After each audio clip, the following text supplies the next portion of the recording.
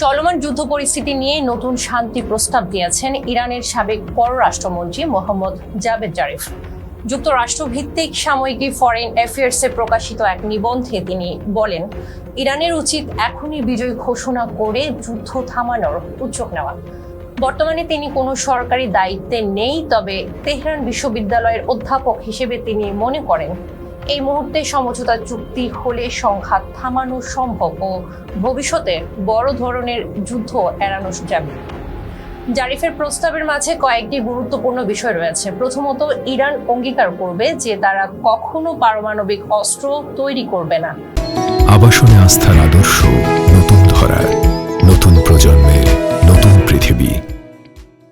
এছাড়া 2015 সালের চুক্তি অনুযায়ী ইউরেনিয়াম সমৃদ্ধকরণের মাত্রা আবার কমিয়ে আনা হবে। তিনি আরও প্রস্তাব দেন, চীন ও রাশিয়াকে সাথে নিয়ে একটি যৌথ ইউরেনিয়াম কেন্দ্র গড়া যেতে পারে। সেখানে ইরান তার সমৃদ্ধ ইউরেনিয়াম সংরক্ষণ করবে। অন্যদিকে তেহরান চায় যুক্তরাষ্ট্র ও তার মিত্ররা সব ধরনের নিষেধাজ্ঞা তুলে নিক। এতে দেশটি আবার বিশ্ব অর্থনীতিতে স্বাভাবিকভাবেই অংশ নিতে পারবে। হরমুজ প্রণালী আবার খুলে দেওয়ার কথাও বলেছেন জারিফ।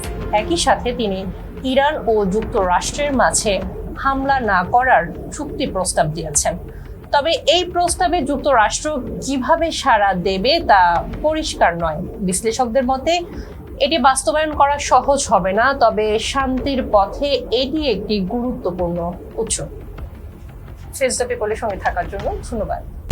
আবাসনে আস্থার আদর্শ, নতুন ধরা, নতুন প্রজন্মের নতুন পৃথিবী।